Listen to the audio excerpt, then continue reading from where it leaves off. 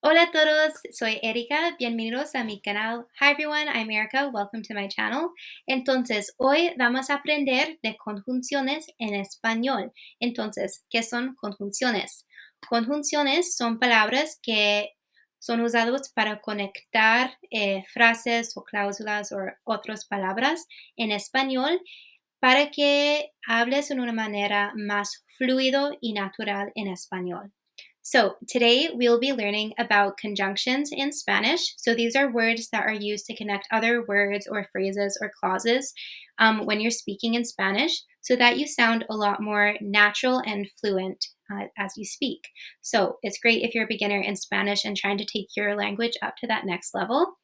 Y bueno, vamos a aprender de estos hoy y si te gusta el video, por favor, suscríbete. If you like this video, please subscribe. Y bueno, vamos a empezar. Entonces, empezamos con I y O. Ok, entonces, I en español significa and. So, es para conectar dos palabras o cláusulas en una frase. So, this word is used to connect two words or clauses in a sentence. Por ejemplo, el perro y el gato duermen. Me gusta viajar y beber piña coladas. ¿Ok? So, es muy básico y significa and. Pero para complicarse las cosas un poco más, a veces tenemos que cambiar el I a una E. Okay, so sometimes we need to change the Y into an E. And I'm going to tell you why. So, cuando la siguiente palabra empieza con un I, okay? So, this Y makes an E sound, right? And so does the I in Spanish. They both make E. So, when you're speaking Spanish, it's a very fluid language. And as you become more fluent, you'll start to mix like words together. So, to do that and to keep that like fluid language, what they do is when the next word after your and will start with an I, you need to change the and to an e, okay? And here, that's just to make it sound more fluent. So I'll read this first sentence first with the Y, and then I'll read it with the E as it's supposed to be, okay? And just a reminder, you only change this, the Y to an E, when the next word is an I. In these other examples, it needs to remain as a Y because there's no like E, there's no I, making that E sound after. Okay, so let's go to ella es simpática. So ella es simpática y inteligente. Do you see how I had to take that pause to speak? But if I put the E there, I can say it like this. Ella es simpática e inteligente. So I can like flow into it a lot easier, okay? So whenever the next word starts with an I, you need to change the Y to an E. Okay, Carlos e Isabela juegan. Okay, so it's Carlos e Isabela juegan. A lot more fluid. But if there's that Y there, I would have to say Carlos y Isabela juegan. I can't mix the two together, so it makes it sound less fluid. Okay? Bueno, ok, vamos a O. Entonces, O en español significa or, y es cuando necesitas escoger entre dos opciones. Okay, to choose between two options. Entonces, por ejemplo, ¿prefieres café o té? Pienso que nadamos en el mar o la piscina después de almorzar. Okay, so café o té, or nadar en el mar o la piscina. Okay, so la misma cosa pasa con o, like it did in E. So when the next word is going to start with an O after the or, you need to change it to a U. So cuando la siguiente palabra empieza con un O, tienes que cambiar ese O a una U. Okay? And again, this is just to make it sound a lot more fluent and natural, like as you speak. So, vamos a ver. Okay, primero en esto. So, this one is incorrect. Vamos a Tampa o Orlando. So, because the next word starts with an O, I had to take that awkward pause when I spoke. So, what they do in Spanish is they change it to a U, okay? And they only change it when the next word starts with an O, okay? So, vamos a Tampa u Orlando. So, I'm able to like make my sentence flow.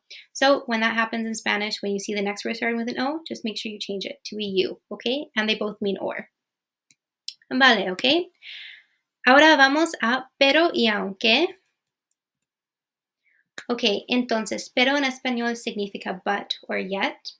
Entonces, es usado para indicar una contradicción o énfasis. Okay? It's used to indicate a contradiction or an emphasis. Por ejemplo, quiero ir al parque, pero está lloviendo. Quiero vivir en Japón, pero no hablo japonés. Él es simpático, pero un poco tímido. Ella es muy inteligente, pero no tiene confianza. Okay, so these were all used to indicate a contradiction. Okay, and it means but, basically, in English. Okay, vamos a aunque. Entonces, aunque significa although, even though, or even if en inglés. Entonces, es para expresar una contradicción o si algo pasó que no es la expectativa. So, it's used to express a contradiction or if something happened that isn't generally expected.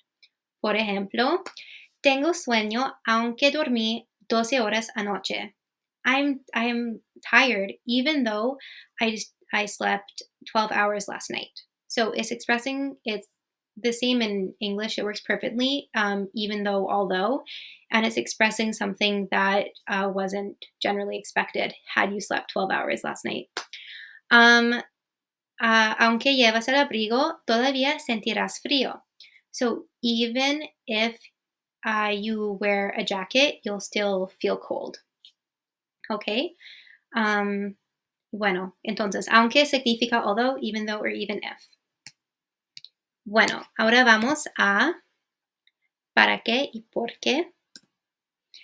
Entonces, para qué en español significa so that or in order to. Y es para expresar un objetivo o propósito.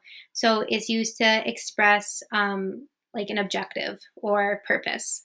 Y hay un uso informal. So it's kind of informal. So I wouldn't use this if you're writing an essay, for example.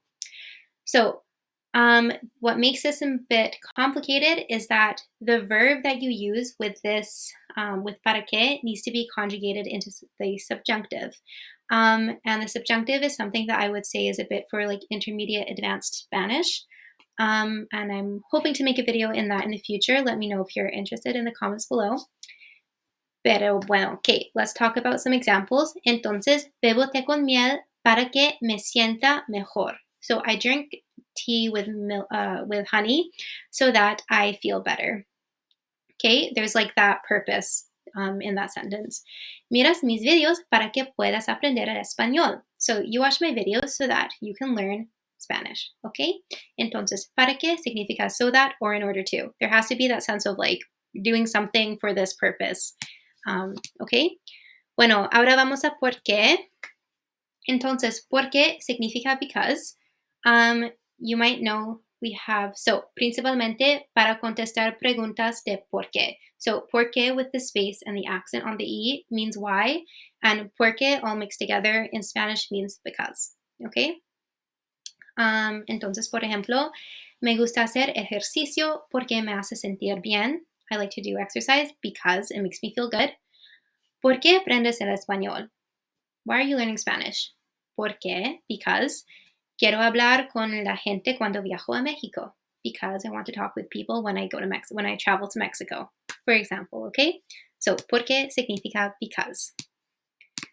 Bueno, a los últimos. Entonces, así que significa so. So, normalmente sigue después de una coma o punto. So, it's usually followed after like a period or comma. Entonces, me voy a relajar, así que no me disturbes. I'm going to relax, so don't bother me. Okay? Estudio las matemáticas, así que puedo sacar una buena nota en el examen. I study math so that I can get a really good mark on the exam. Okay? So it's used like so in that way. Ahora sí. Okay, so sí in Spanish, bueno, it means if. But if there's that little accent on the I, it means yes, okay? So a normal I will mean if, if you have the accent on the I, it makes it a yes, okay? Okay, and if lo usamos, or perdón, si lo usamos para introducir una condición. So it's used to introduce a condition. Si vamos a Argentina, podemos comer las empanadas. If we go to Argentina, we can eat empanadas. Compro el pan si Jimena me da el dinero. I'll buy bread or the bread if Jimena gives me the money. Okay, there's always that condition. Y bueno, este es todo. This is all. Espero que ha disfrutado el video y espero verte en el próximo. Adiós.